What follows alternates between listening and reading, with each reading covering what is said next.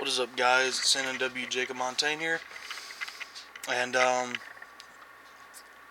the reason why I'm doing this review is because whenever I get bored or anything, I try to go on go on YouTube and see if anybody's uploaded anything that involves HO scale on the Southern Railway, which is what I mainly collect. And it's surprising that there's only just a handful of videos out there. So I got a little more specific with the search and tried to look up some Crescent Limited cars. That way I could see which cars I'm missing and all that.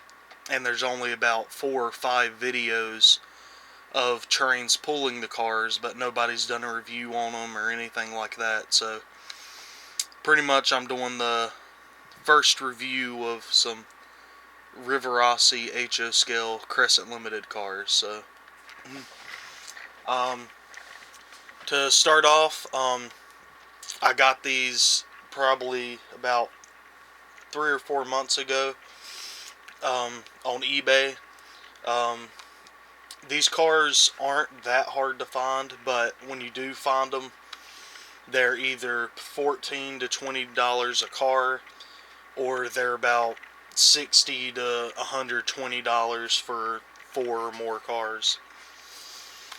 I got a deal on this from a guy who owns a hobby shop, and he wanted $99 for the starting bid for these 5 cars and a Proto 2000 E7. So it also said or best offer, so I sent the dude a message and I said I'll give you $80 with free shipping. Didn't know he would accept it. That was just a starting offer to just throw out there. That's as low as I would go on it.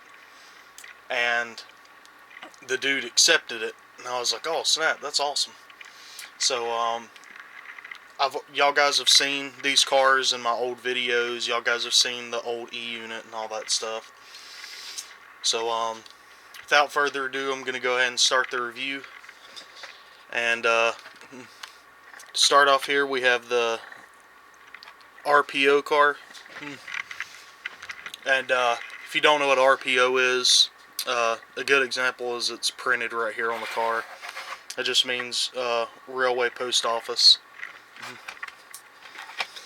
But as you can see, the model still has horn hook couplers on it. I don't really have the money or the time at the moment to go and upgrade them to knuckle couplers, because you have to get the extended shank, because Rivarossi is well known for their really long shank couplers.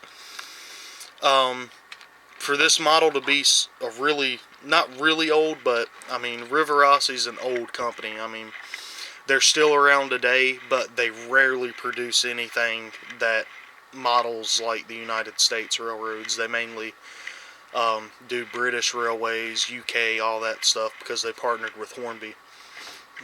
But as you can see, I mean, these things have better underbody detail than the Athearn Ready to Roll and Blue Box, I think. They're really sturdy. It's a lot of really thick plastic.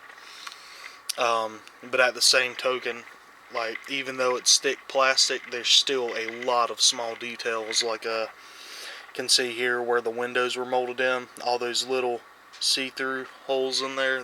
That's pretty impressive for the time they was made. And as you can see, they have holes pre-drilled, because whenever you would buy these cars new, they would come with separately applied handrails, step ladders, all that stuff. But because I bought these used, it didn't come with it. I've been trying to find some on eBay, but I don't think I'm going to have any luck. So I'll probably just end up making some brass parts and get some parts from Detail West. But as you can see up here, they have more really small holes along the top of the roof. And it's got a really clean paint scheme. Crescent Limited is printed really well across the top. It's got Southern printed up here in the corner on both sides.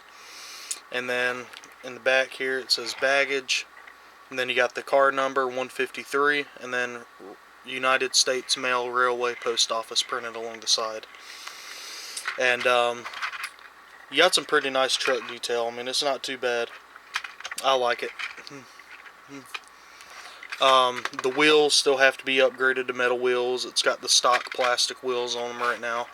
And as you move along, you can see all of these cars actually have diaphragms. They're plastic, they don't move, but they're still there. And you got a really nice brake wheel here. You can see there's a door. And you can see that they did have some small body mounted grab irons down here. There's one right there and one right there. The roof has some nice rivet detail as well. And like I said, the other side, it's got Southern up here in both top corners. Got Crescent Limited printed across the side. And then you got the United States Railway Post Office and the car number 153. The clean striping. Some nice details. The doors, a nice detail. Almost look like they can open, but sadly they can't. So right there's my baggage car. I'll set that over there. And next is the dining car. And surprisingly, as big as these cars are, the way they made them, and the cars that do have the steps, these things can run perfectly on an 18-inch radius.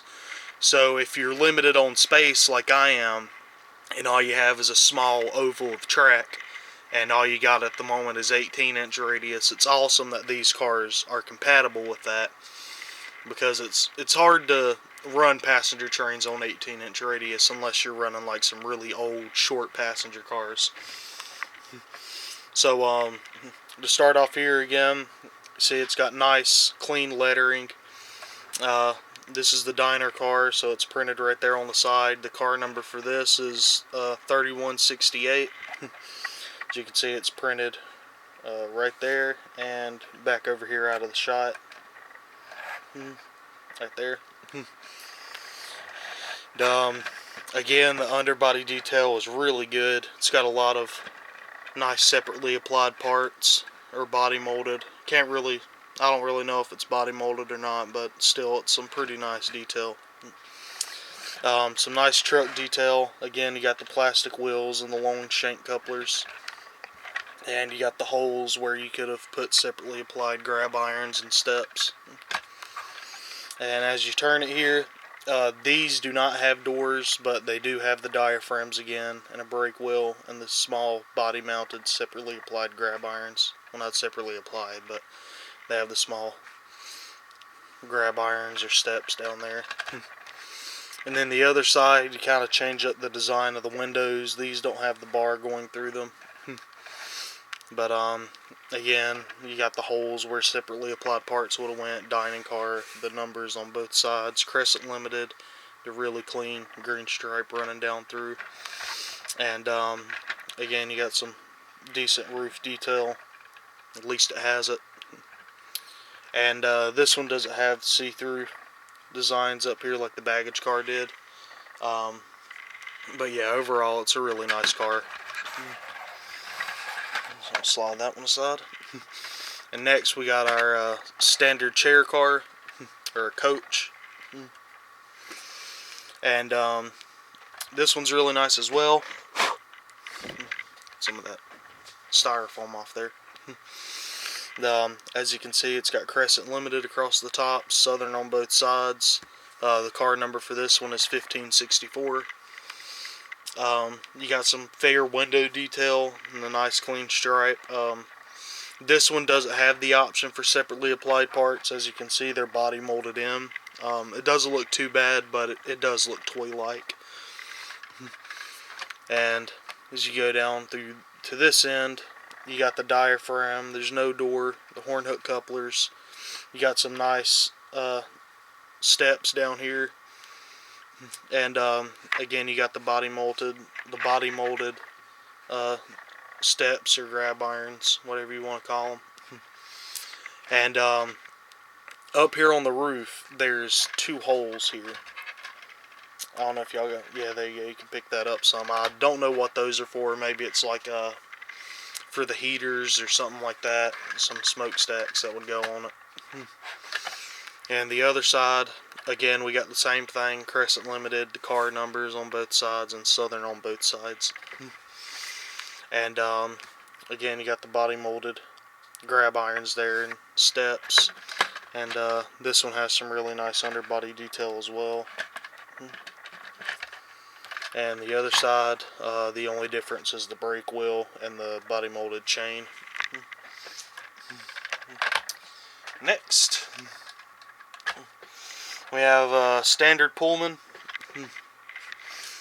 And as you can see, Pullman's printed on the top on both corners. And it's got Crescent Limited across the top. And this car is called the Oscar Newton. There's several of these out there in different names. I think there's about 4 or 5. And I mean, that goes all the way to the, they have certain diner cars, baggage cars, all that stuff that's different names. But I don't plan on having them all. The only thing I need to complete my set and be happy with it is a full baggage car. Which means, like this baggage car, how it's got this part on it, it's not like that. It's just got one of these doors right here, and then another big door right there. No windows or anything. I need one of those, and then I'll be happy with what I got. But, as we turn it, it's got some nice roof detail again. You got the separately applied diaphragm, horn hook couplers, body molded steps or grab irons. Some nice steps here. And this one does have the option for the separately applied handrails. The side is the same. A really clean paint job. Pullman on both top corners. Crescent Limited and the name of the car. And this side, the only difference, like the other ones, is just the brake wheel. And last but not least is the observation car. Starting down here on this end, you got the brake wheel, separately applied diaphragm, horn hook coupler, the nice trucks. It's got plastic wheels, some really nice underbody detail, some really nice rivet detail, and this car is called the Robert E. Lee. You got Crescent Limited printed really nice across the top, and you got Pullman on both sides. Again, really nice roof detail, some really nice rivet detail. And the other side here, as you can see, it's the same. You got Pullman printed up here, then Crescent Limited across the top, and the name of the car is Robert E. Lee. And now to the back, it's got this really nice red skirting across the top. You can see it's got a nice golden colored observation deck. And originally it did come with a horn hook coupler back here, but one of the couplers got damaged in shipping, so I took it off. And I'm probably going to replace the end of the car with a scale dummy coupler to make it look a little more realistic coming from the back. But it's got some really nice detail in there. As you can see, it's got 2 really big windows and a door behind the skirting. But overall, this is a really nice set. I hope y'all guys enjoy the video. Y'all guys don't forget to leave a like and subscribe, and I'll get back with y'all guys later. Have a good one.